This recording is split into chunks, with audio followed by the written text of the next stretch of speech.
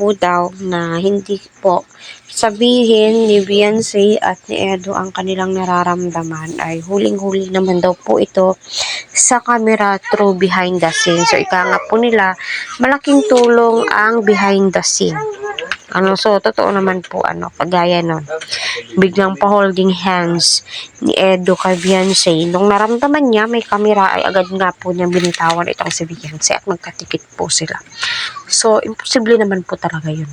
Kapag love team lang, pagkatapos ng camera, aalis po sila, hindi po sila magtatabi, diba? Kasi nga, syempre, mahihiya. Dahil nga, akalain mo yun, ganun, diba? So, naniniwala ba kayo?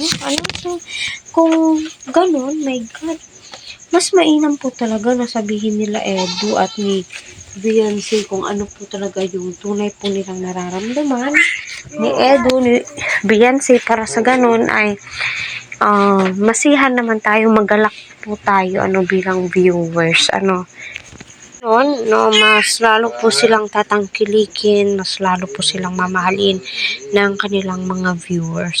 So, shout out po sa mahilig mag behind the scene dyan.